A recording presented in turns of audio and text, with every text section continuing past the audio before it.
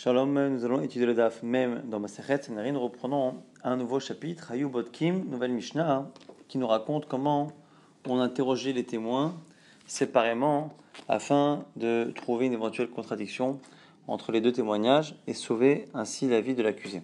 Hayu Bodkim Otam Besheva Hakirot, on vérifiait les témoins avec 7 questions. Bezo Shavua, dans quelle année de la Shemitah, du septennat de la Shemitah, Bezo Shana, quelle année, plutôt d'abord, quelle Shemitah, quelle année de la Shemitah, Bezo Chodesh, quel mois, Bekama Chodesh, quelle date dans le mois, Bezo Yom, quel jour, Beze, quel jour de la semaine, Beze Sha'a, à quelle heure, Beze Makom, à quel endroit.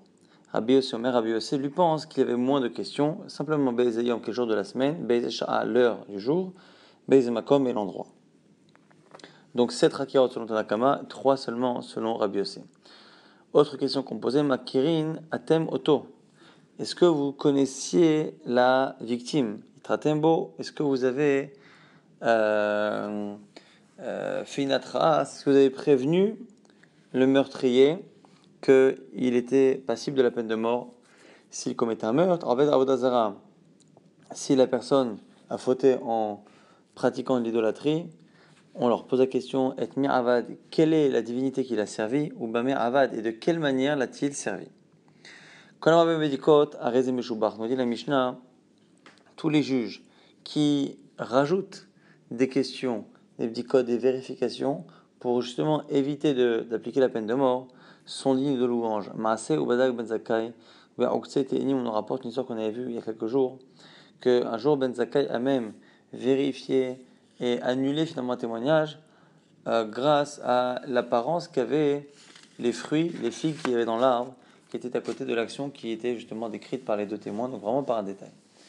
Ma ben chakirot les bdikot. Quelle est la différence entre les questions qu'on appelle chakirot et bdikot?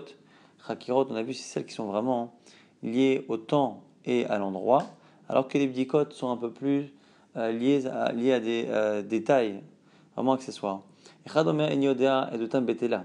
Dans les chakirot, c'est tellement important que s'il n'y a pas de contradiction entre les témoins, mais simplement qu'un seul des deux témoins dit je ne sais pas quel jour de la semaine c'était, je ne sais pas quel endroit ou quelle heure, à ce moment-là, ça à doute ne vaut rien. Bdikot, par contre les bdikot,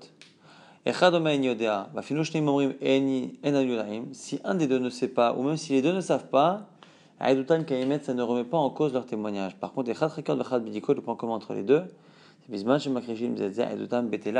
c'est que s'il y a une contradiction entre ce que les deux témoins disent, là par contre, on annule les témoignages. Donc l'abdika ici n'est pas importante réellement pour savoir si le témoignage est juste ou pas, c'est qu'on n'a pas besoin de cela pour rendre le témoignage zomem éventuellement. Ça, c'est les chakirot, qui donc sont liés au temps et à l'endroit, qui permettent justement de faire en sorte que cette doute puisse être contredite par des haïdim qui sont mésimim les premiers. Par contre, les bdikot, c'est vraiment pour essayer de trouver une contradiction, mais dans le fond, si la personne ne sait pas, ça n'a aucune importance. Si un dit que c'était le 2 du mois, l'autre dit que c'est le 3 du mois, on n'estime pas que c'est une contradiction. Car il se peut que l'erreur soit liée à la méconnaissance d'un des deux du calendrier de ce mois-ci. Est-ce que le mois précédent, c'était un mois de 30 jours ou un mois de 29 jours? Un pense peut-être que c'est le mois de 29 jours, et donc il pense qu'aujourd'hui on est le 3, alors que l'autre en fait sait que le mois précédent a été jusqu'à 30, qu'on a été Merabah le Chodesh, et donc aujourd'hui on n'est pas le 3 mais bien le 2. Et du coup, c'est pour ça qu'on peut tolérer ce genre d'erreur. Par contre, si par contre un dit qu'on est le 3, l'autre qui dit qu'on est le 5, c'était le 5 qui a eu le meurtre ou l'action, à ce moment-là évidemment qu'on ne tient pas compte à de temps bêter là. Un dit ça s'est passé à 2 heures de la journée, l'autre à 3 heures. Ça ne remet pas en cause le témoignage. Si par contre il y a 2 heures de différence entre les deux témoignages, là par contre effectivement on annule selon Tanakama, alors que Rabbi Yehuda Omer, Kayemet sur Rabbi Yehuda, même 2 heures, c'est une marge d'erreur qui est acceptable. Par contre, si par contre les 2 heures qu'il y a sont une le matin, une l'après-midi, la journée ici est divisée en 12 heures, en 12 divisions du jour même, c'est-à-dire le moment où le soleil et le jour est levé, et donc la 5e heure, c'est la fin de la matinée. La 6e heure, c'est le soleil au zénith. Et la 7e heure, c'est le soleil qui est déjà de l'autre côté. Et donc, nous dit ici Rabbi Yehuda, même si en général on peut se tromper de 2 heures dans le jour, on ne peut pas se tromper entre les 2 heures lorsque c'est une heure qui est le matin, donc le soleil qui est plus à l'est, et une heure après dans l'après-midi où finalement le soleil est à l'ouest. Donc à ce moment-là, Dodam Betela, Shebe Chamesh, Chama Bamizrach, Ubesheva, Chama Bemara, justement parce que le soleil passe de l'est à l'ouest entre ces deux horaires-là. Donc ça, c'est le cas où Rabbi Yehuda et Tanakama se rejoindront. Chagam Matnisim, Hasheni, Ubotkim Moto, Imitzeu Divrehem, Mechouvanim, Potrim, Bisrout. On nous dit qu'après avoir vérifié justement les témoins, on faisait rentrer le deuxième, et si les paroles des deux étaient dans le même sens, Potrim Bisrout, on commence à étudier le sujet, et on commence toujours par le Srout. On avait dit à plusieurs reprises qu'on commence par la défense et d'imaginer que la personne est innocente. Amar Echad Mina Edim Yeshli Lamed Alav Srout, si un des témoins vient même défendre l'accusé, même si en général on accepte toujours la défense, comme là ici, c'est un témoin qui vient se prononcer, on n'accepte pas que le témoin vienne en même temps donner des arguments. Sinon, il est noga be'eduto, il est parti pris dans son témoignage, et donc il n'a pas le droit de se prononcer. Oechad mi'atalmidim, aussi un des élèves des dayanim est là, et dit Yeshli lamed alav chova, il a un argument, mais pour accuser. Là ici, on n'accepte pas. Mashchekim oto, on le fait taire. Amar echad mi'atalmidim Yeshli lamed alav zchut, si par contre un des élèves avance un argument pour le défendre, Marlin Oto, on le fait monter, ou Moshimi Oto Benehem, et on le met parmi les Dayanim, les juges. Veloya Yored Misham, Koloyom Kulo, et on ne le fait pas descendre toute la journée. Veim Yeshmamash Bidvara, et si ces paroles sont avérées, Shomaim Lo, on l'écoute. Vafilu Hu Ome Yeshli Lemed Al Atzmi Zechut. Et même lorsque l'accusé lui-même dit voilà, moi j'ai un argument pour me défendre, Shomaim Lo Bilbash Yeshmamash Bidvara, on l'écoute, à condition qu'il y ait dans ses paroles quelque chose de sérieux. Donc ici, on accepte que la personne se défende.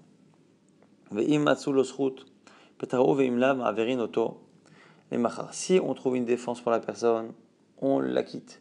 Si par contre on ne trouve pas de défense, et donc la personne semble être coupable, on attend le lendemain, comme on a vu il y a quelques jours, quand on faisait Alanat Adin, on attendait le lendemain avant de trancher. Et que faisait-on entre ce moment-là et le lendemain? Misdavgim, Zugot, on fait des chavrutot, des binômes entre les juges, de telle sorte à ce qu'ils étudient la question pendant le reste de la journée. Et toute cette journée-là, qui restait, ils ne consommaient pas de vin, ni de viande. Il y en a qui disent, pour avoir toujours la tête claire pour cette réflexion importante qui pouvait entraîner éventuellement une mise à mort, et qui disent que c'était pour éviter de se réjouir par l'alimentation alors qu'ils s'apprêtaient éventuellement à tuer quelqu'un. Et ils étudiaient le sujet pendant toute la nuit, et le lendemain ils allaient au beddin. Celui qui voulait acquitter disait voilà, c'est moi hier qui défendais cette personne et qui l'estimait innocente, et je continue de le dire. Celui qui la veille accusé dit aussi que là il le rend coupable. On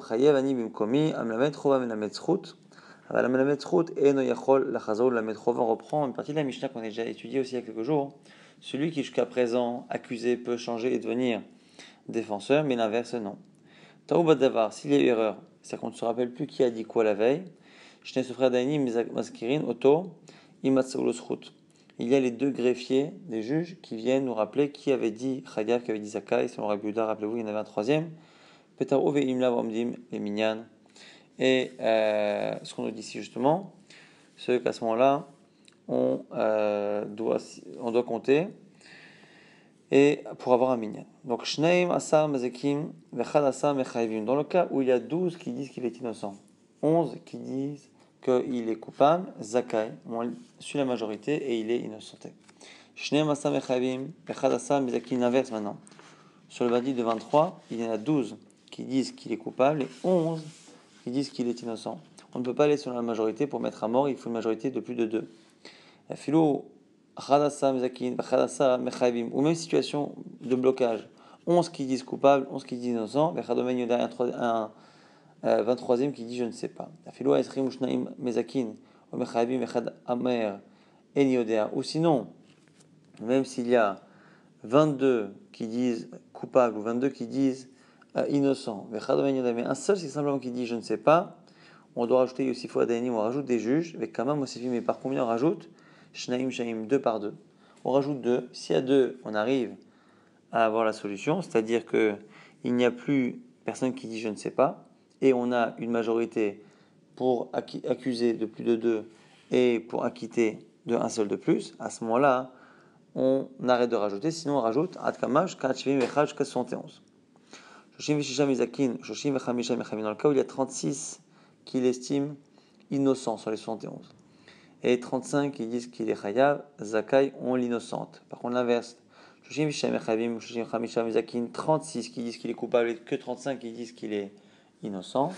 Comme on ne peut pas mettre à mort sans majorité de plus de 2, qu'est-ce qu'on fait d'Anim Elo, Keneged Elo, on ne peut pas rajouter plus que les 71. Donc du coup, on le laisse discuter jusqu'à ce qu'à un moment donné, il y en ait qui changent d'avis et qu'on se retrouve à avoir une majorité suffisante pour pouvoir appliquer le din. On a dit, mais d'où sait-on qu'il y a 7 questions à poser sur le Tanakama, 7 rakirot. Amaraviuda d'Amakra, ça cause des versets. Il y a 3 parachiotes proches les unes des autres dans le Dvarim qu'on vient de lire. Une qui parle de ceux qui font Avodah Zara, une qui parle de donc une qui parle d'une ville qui fait Avodah Zara, une qui parle d'un homme au singulier qui fait Avodah Zara, et une autre sur Aidim Zomemim, sur les témoins qui font des faux témoignages et qui seront eux-mêmes punis de la sanction qu'ils ont voulu faire appliquer à l'autre. La marque c'est marqué au sujet de la ville qui a fait Avodah Zara. Tu chercheras, tu creuseras et tu demanderas bien comme il faut. C'est marqué par ailleurs, et on t'a raconté ce qui s'est passé, Shamata, tu as entendu, et tu chercheras là aussi, Etev, comme il faut. C'est marqué par ailleurs, que les juges vérifieront comme il faut que les témoignages sont justes. Et donc si on fait le compte, Vedarashta, Vechakata, Vesha'alta, Veshamata, Vedarashta, Etev, ça fait à chaque fois 3 plus 3 plus 2, ça fait donc plus 1 Mechila, ça fait 7. La Gemara dit, mais qui te dit qu'on doit additionner les fois où c'est marqué dans une paracha, ceux qui sont marqués dans l'autre paracha et dans la troisième? Qui nous dit que chaque paracha finalement n'a pas son nombre de questions et qu'en fait en fonction du nombre de fois on a marqué Darashta, Chakata, Veshalta ou Veshamata, Vedarashta et Vedarsho Shoftim, on aurait dû dire voilà, dans la première paracha il y a 3 fois Darashta, Chakata, Veshalta, dans celle de celui qui fait Avodah Zara tout seul il y en a 2, Shamata, Vedarashta, et dans la dernière Vedarshu un seul. Et donc du coup on aurait à ce moment-là on aurait ce chiffre-là, mais à chaque fois un chiffre particulier pour chaque paracha. Donc on a dit quoi?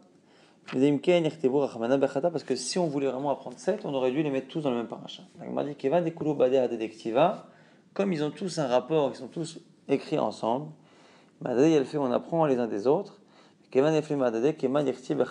C'est comme si c'était une seule et même paracha. Donc on a dit mais pourquoi tu dis que ça se ressemble et que c'est qu'on apprend l'un de l'autre? Il n'y a aucun rapport entre les trois. Et la Gemara explique pourquoi. En quoi la paracha de Aïr Anidachat, de la ville qui fait Avodah Zara, ne ressemble pas aux autres parachiotes de celui qui fait Avodah Zara tout seul et de celui qui fait un faux témoignage, chez Ken Mamonam Palat. Parce que dans les deux autres interdits, celui qui fait Avodah Zara tout seul et celui qui fait un faux témoignage, son argent, ses biens sont sauvés Palat, c'est-à-dire ne sont pas à brûler, ne sont pas exterminés. Alors que dans la ville qui a fait Avodah Zara, tous leurs biens doivent disparaître. Avodah Zara le'anar tarté l'odamia. Et l'Avodah Zara c'est spécial par rapport aux deux autres. Chez Ken Besaïf, parce que la mort elle est particulière, c'est la mort par la lame. Adim zomemim le'anar tarté l'odamia, la troisième paracha, des faux témoins ne sont pas aux deux autres. Chez Ken srechim atra'a. Que les deux autres nécessitent une prévention. Pour pouvoir mettre à mort quelqu'un qui a fait Avodah Zara seul ou avec sa ville, il faut une prévention. Pour Adim zomemim, il n'y a pas besoin de prévention. Ce qui veut dire qu'il y a des différences entre ces trois parachutes, ce qui fait que normalement on ne devrait pas apprendre les unes des autres. Là, on a dit Behetev, Hetev, Yalfinan, Mehadade. C'est à cause de l'expression Hetev qui est marquée à 3 reprises. La Gemara va expliquer tout de suite en quoi le mot Hetev est en trop, et donc on fait une dracha. Comme c'est marqué à 3 reprises, donc Hetev, Hetev, Hetev, c'est venu nous apprendre que contrairement à cette logique de dire que chacun est différent, finalement il y a un point commun entre les trois, et donc le point commun fait qu'on apprend les drishot et chakirot de chacune à l'autre, et donc du coup on arrive à cumuler finalement les nombres de fois on a parlé de drisha vachakira, et donc à ce moment-là on se retrouve bien à avoir un chiffre qui est cumulé, donc 3 pour la ville Anilachat, 2 et 2 pour celui qui fait Avodah Zarah tout seul et celui qui fait un faux témoignage. La Gemara nous explique pourquoi Gzera Shava Moufna. Là-bas, c'est Gzera Shava Moufna. Donc Gzera Shava, il y a deux types de Gzera Shava. Il y a Moufne, Moufne Mishne Zadim ou Mitzad Echad. Est-ce que la Gzera Shava, c'est lorsque le même mot est marqué à 2 reprises dans la Torah et qu'on a, nous, un Kabbalah, une connaissance, qu'on doit utiliser ces deux mots pour apprendre des halachot d'un sujet à l'autre. On a des Gzera Shava où le mot qui est commun aux deux parachutes, où le mot était nécessaire au texte. Quand le mot est nécessaire au texte, à ce moment-là, c'est une Gzera Shava qui est un peu plus faible et que l'on peut repousser si les deux sujets sont vraiment différents. Si par contre, les deux termes sont vraiment superflus, à ce moment-là, il est beaucoup plus difficile de remettre en cause cette Gzera Shava.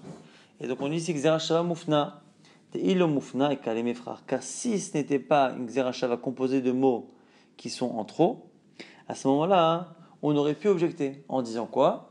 Comme Etev et Etev ne sont pas en trop, tu ne peux pas apprendre de cette paracha à l'autre à partir du moment où il y a des logiques qui feraient que normalement on n'apprend pas de l'un à l'autre, puisque dans tel halakha il y a une particularité qui n'a pas besoin d'atra de prévention, dans l'autre il y a la particularité que la mise à mort elle est particulière, c'est Bessaïf, et l'autre que l'argent est exterminé, n'est pas utilisable, et donc du coup c'est pour ça que on n'a pas besoin, on peut pas objecter, c'est parce que c'est moufné.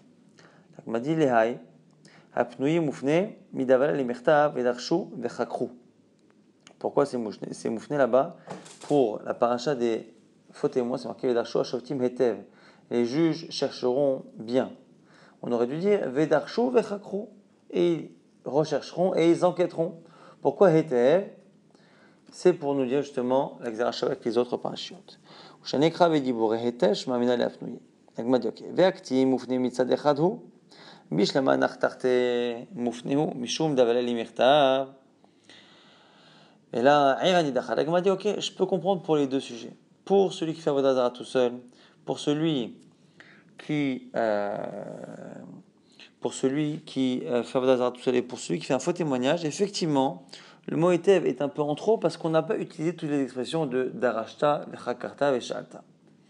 Par contre, dans la paracha de Irani Dachat, et là, Irani Dachat, on a déjà utilisé toutes les expressions Vedarashta, Vechakarta, Veshalta. Alors du coup, là-bas, qu'est-ce que tu voulais écrire de plus? Que voulais-tu écrire de plus? Tous les Leshonot sont écrits, donc il ne restait que Hetev pour pouvoir rajouter encore une vérification. La Gemara dit non, Atamnami apnui moufne. Non, là-bas aussi le mot est en trop. Midavala limirtav derosh tidrosh ochakor tarkor. On aurait pu répéter une expression déjà écrite. On aurait pu dire darosh tidrosh vechakarta veshalta. Le fait que pour avoir un quatrième mot, on a préféré utiliser le mot hetev, c'est pour nous dire que finalement le mot hetev est vraiment en trop, et donc du coup, il est en trop dans les trois expressions, dans la paracha d'Aryan Yachat, de Avodah Zarah et de Hadim Zumemim, Shanekra Vedibore Behetev, Shma Mina Lehapnuye. Donc du coup, on a bien une Gzera Shava avec le mot hetev qui est en trop, parce qu'à chaque fois on aurait pu utiliser une autre expression, et donc du coup, c'est la raison pour laquelle cette Gzera Shava est en fait avec des mots qui sont en trop, on peut se permettre d'apprendre de l'une à l'autre, même s'il y a des distinctions entre les trois logiques. Maintenant, la Gemara va nous dire en quoi finalement on peut apprendre que dans toutes les mises à mort, il y a finalement cette mitzvah de Chakira, de Risha, et de faire cette question pour essayer d'éviter de mettre à mort.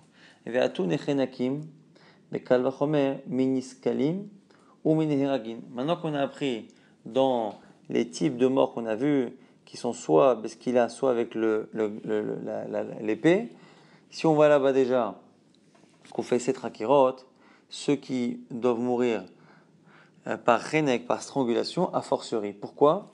Parce que si déjà une mise à mort si stricte que ce qu'il a, que la lapidation, si une mort si stricte, donc pour un interdit si grave, eh bien la Torah demande à tout faire pour éviter de la mettre en œuvre, pour un interdit si grave, eh bien a fortiori, lorsque l'interdit est moins grave, c'est un interdit qui ne nécessite que chenek. Et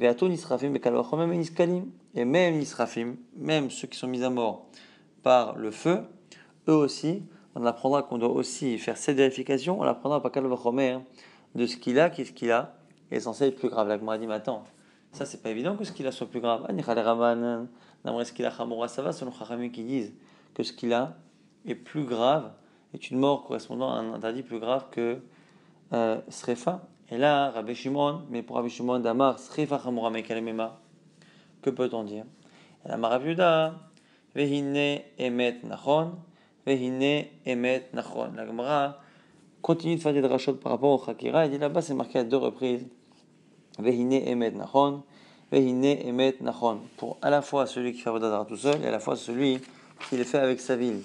Et du coup là-bas, dans cette expression, Emet Nachon, ça fait à chaque fois 2. Ça rajoute 4 questions. Tu vérifieras si c'est vrai et juste. Vrai et juste, ça veut dire qu'il y a à chaque fois 2 questions, 2 manières de vérifier en plus 2, qu'il n'y a pas d'erreur. Et donc du coup, Achatzre, ça fait donc les 7 plus 4, ça fait 11. Sheva, les Sheva Chakirot, si on enlève sur les 11, 7 pour les 7 questions. Datla, tu en as encore 3, les Xerashava, les 3 fois que c'est marqué Hetev, pour apprendre la Xerashava, qui fait qu'on additionne finalement les questions qu'on pose à l'un à ceux qu'on pose à l'autre. Pachali Uchada, il manque finalement le 11e. Les Rabbi Shimon, les Atonis Ravim, c'est pour nous rajouter le cas de Srefa, qui est qui est donc une mort qui est plus grave selon Rabbi Shimon et donc qui ne peut pas être apprise par Kal Vachomer. Et Rabbanan, selon Rabbanan, il n'y a pas besoin parce que le Kal Vachomer fonctionne. On peut très bien dire que même si on peut l'apprendre par Kal Vachomer, tout de même, la Torah peut l'écrire. Et donc du coup, ça n'est pas problématique. Mais Gadev bar Rabbi Abahu n'a pas aimé et s'est moqué plus ou moins de ce qu'on vient de dire. Et Malatouye, Shmone Chakirot, qui te dit que le 11e mot qui est disponible ne vient pas apprendre une 8e question à poser. On m'a dit Shmone Chakirot Miika. Mais pourquoi il en existe une 8e? On m'a dit ouais, là-bas, lo, et pourquoi pas? On m'a dit Aika Latouye, Kamasha. On n'a qu'à dire à quel moment de l'heure. On a posé la question à quelle heure de la journée, 6e heure, 7e heure. Mais on peut dire aussi à quel moment de l'heure, au début de l'heure, au milieu, à la fin. Il y a une braïta qui confirme, que selon une braïta, il y avait bien 8 questions qui étaient posées. Là, on a dit, selon Abaye, qui explique Rabbi Meir, je peux comprendre, un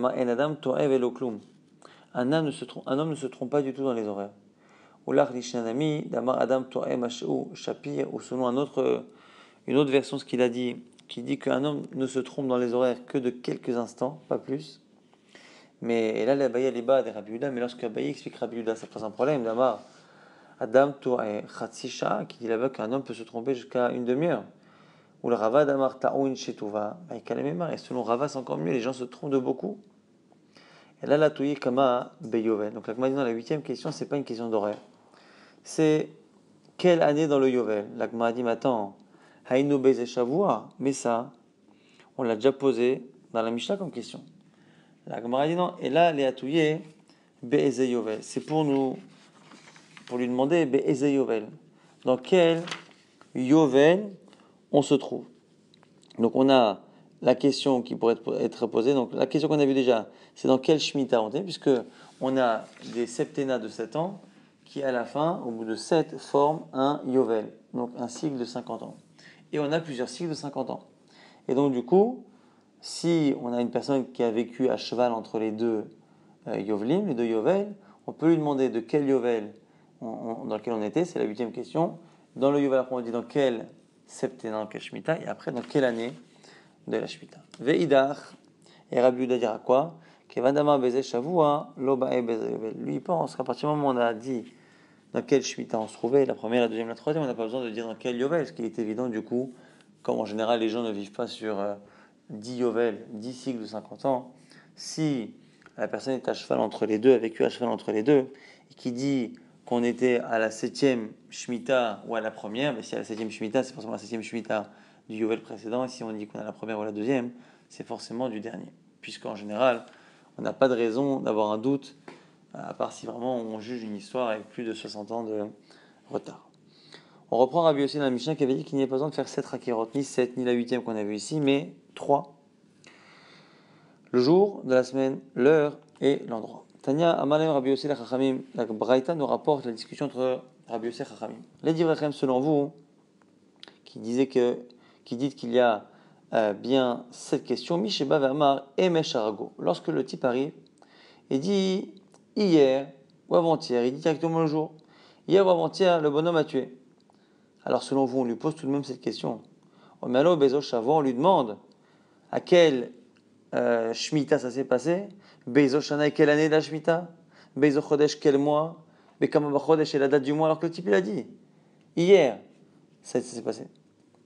Alors du coup, c'est un reproche à Chachamim. Et eux lui répondent, mais toi aussi Amroulo, Lidvarecha, selon toi, qui dit qu'on demande tout de même le jour. Quand le type arrive et dit Misheba Vamar Arsha Varago, celui qui dit je viens d'assister à un meurtre. Il a déjà dans sa phrase dit que c'est aujourd'hui. Et il a dit l'horaire. Et selon toi, on continue de lui demander selon toi quel jour et à quelle heure, il vient de dire que c'est passé un instant. Et là, selon toi, tu es bien d'accord que dans certains cas, même si ça ne sert à rien, on lui pose la question. Chez nous, pareil. Pourquoi qu'il y ait des Rabbi Shimon ben Lazar, comme l'a dit Rabbi Shimon ben Lazar, que on faisait tout pour que les témoins soient perturbés et changent d'avis, finalement ne témoignent pas et n'accusent pas la personne pour qu'il n'y ait pas de peine de mort. Et donc du coup, on peut continuer d'imaginer qu'on pose des questions, même si parfois elles ne servent à rien, pour perturber les témoins et les faire changer encore une fois d'avis. Achanami il a aussi à faire garde de l'autre sarir, mais ça n'a pas besoin, Ramina n'allait, qui est de Rabbi Shimon ben Lazar. La Gemara dit pourquoi Rabbi aussi ça ne l'a pas dérangé cette objection. Il dit Rabbi aussi, Ei mesharago shcharbero eduyot. Il dit parce que les témoins qui disent j'ai vu hier ou avant-hier telle chose, c'est fréquent que les gens viennent le lendemain. Mais Arshavarago, le shcharbero eduyot. Mais un type qui vient tout de suite après, qui voilà, ça s'est passé tout de suite dans les minutes qui ont précédé, ça c'est plus rare. Donc c'est pour ça que ça ne le dérange pas. Maintenant, la Gemara reprend les dernières questions qu'on posait aux témoins. Makiri Matamoto, est-ce que vous connaissez la personne? La Gemara va apporter une braïta qui précise. Makiri Matamoto, lorsqu'il a dit est-ce que vous connaissez la personne pour savoir Nochi Arag, Israël Arag, pour savoir si la personne qui a été tuée était un juif ou un non-juif, puisque ça a une importance pour la sanction. Hitratemoto, est-ce que vous avez prévenu le meurtrier? Kibel Alavatra, ça veut dire est-ce que aussi il a accepté l'atra? Et Tiratsmo Limita, est-ce que, par exemple, la personne a accepté et a dit voilà, j'accepte la prévention, mais j'ai décidé de faire cela et je sais que je vais mourir, mais tant pis. Et Mit Betor Kedimo, est-ce qu'il a tué tout de suite après avoir accepté l'atra? Aved Avodazara, celui qui a fait Avodazara, on lui demande d'être mis Avad. Quel est le dieu qu'il a servi? Est-ce que c'est Peor, Avad ou Markoulis? Donc c'était deux types d'Avodazara différentes. Ou Bamir Avad. Et comment a-t-il servi? Bezibour, est-ce qu'il a apporté un korban? Bekitour, est-ce qu'il a brûlé un sacrifice? Benissour, est-ce qu'il a amené des libations? Bashtechava, est-ce qu'il s'est prosterné? Encore une fois, ce sont des détails pour essayer de trouver des différences dans les deux témoignages. On va rapidement résumer ce qu'on a vu dans ce daf. On a vu le marloquette Rabbi Yossé et Chachamim. Combien de questions posées par rapport au temps et à l'endroit où s'est passée l'action? Selon Chachamim, 7 questions. Selon Rabbi Yossé, 3 simplement, le jour de la semaine, l'heure et l'endroit. Et on a vu que on pouvait trouver dans une braïta qu'il y avait un huitième, et le huitième par élimination c'était finalement quel yovel, quel cycle de 50 ans. Sinon, selon Chachamim, c'est quel septennat, quelle année dans le septennat, quel mois, quelle date dans le mois, quel jour de la semaine, quelle heure et quel endroit. Ce sont les 7 questions de Chachamim, à laquelle, encore une fois, la Braïta a ajouté un huitième qui était le Yovel, c'est-à-dire le cycle de 50 ans. On demandait aussi s'il connaissait la personne, c'est-à-dire si c'était un juif ou un non-juif, s'il avait fait une atra, si l'atra avait été acceptée, si c'est Avodah Zara, qui l'a servi, quelle Avodah Zara et de quelle manière. On a vu également que quoi qu'il arrive, on faisait tout pour essayer d'éviter la peine de mort. Donc plus on posait des questions qui pouvaient entraîner une contradiction entre les deux témoins que l'on questionnait à part, mieux c'était. Et on a vu qu'il y avait une distinction entre les chakirot et les bdikot, que les chakirot sont des questions sur le temps et l'heure et l'endroit, qui sont des questions qui, si un des témoins ne sait pas répondre, avant même qu'il y ait une contradiction, le témoignage est nul. Alors que les bdikot sont des informations que le témoin peut ne pas connaître, mais par contre, si il les connaît et qu'il contredit ce que l'autre témoin dit dessus, à ce moment-là, on s'en sert pour annuler la peine de mort. On avait vu également qu'on pouvait estimer qu'il pouvait y avoir un décalage entre les dates en fonction de la méconnaissance de l'un ou de l'autre sur le mois précédent, ce qui faisait 29 jours ou 30 jours. Donc on peut avoir une erreur d'un jour entre les dates données par les deux témoins. 2 jours par contre, non. Selon Chachamim, ce sera pareil pour les heures. 1 heure de marge d'erreur, c'est possible. 2, non. Selon Ravuda, 2, c'est possible, sauf si les 2 heures sont entre le matin et l'après-midi, 1 heure avant la midi, 1 heure après-midi. À ce moment-là, ce sont 2 horaires qu'on ne peut pas confondre, même selon Rabbi Yehuda. On a vu également que on ne laissait pas des témoins donner leurs arguments, que ce soit pour défendre ou pour attaquer. Les élèves, on les laisse intervenir que pour défendre et non pas pour attaquer. On a vu que on attendait toujours un jour avant d'annoncer la peine de mort. Pendant cette journée, on laissait les dayanim, les juges, rentrer chez eux et deux par deux discuter de cette chose-là toute la nuit. On leur interdisait de consommer du vin et de la viande. Et le lendemain, on refaisait des comptes avec les greffiers qui aidaient. Et à ce moment-là, s'il fallait le mettre à mort, on le mettait à mort. On a vu que pour avoir une majorité, il faut absolument avoir 2 qui accusent de plus que ceux qui défendent. Par contre, si c'est pour l'acquitter, il suffit de 1 de plus. Si on n'arrive pas à avoir une majorité suffisante, soit parce que 1 ne se prononce pas, soit parce qu'on n'a pas 2 de plus, quand il y a 12 contre 11, il y a 12 qui accusent, à ce moment-là, on rajoutera les animes 2 par 2 jusqu'à arriver à 71 si on n'arrive pas à trouver de majorité. Et si à 71, on a une égalité parfaite, on n'a pas de possibilité de le mettre à mort parce qu'il n'y a pas de 2 de différence, à ce moment-là, on fait discuter les juges entre eux jusqu'à ce qu'ils changent d'avis. On avait vu qu'on avait trouvé des drachotes pour expliquer comment on tombait justement sur 7 questions qui étaient posées dans tous les cas, 3 parachiotes, la ville qui fait Avodah Zara, le particulier qui fait Avodah Zara, les faux témoins. À chaque fois, c'est marqué il y a 3 termes qui sont en trop. En fait, en tout, il y a 11 mots et il y a à chaque fois donc 3 mots qui sont en trop dans la première paracha, 2 et 2, donc ça fait à chaque fois ça fait 7, et on se retrouvait également à avoir le Mohétev qui était marqué à 3 reprises. Ce Mohétev permettait justement de faire en sorte que les drishot, les questions qu'on posait pour une paracha, on les posait dans l'autre, et donc du coup ça se cumulait, et on se retrouvait bien à avoir finalement 7 questions selon Chachamim, 8 selon la Braïta, qui était encore une fois la marloquette avec Rabbi Yossi qui lui disait qu'il fallait poser seulement 3 questions.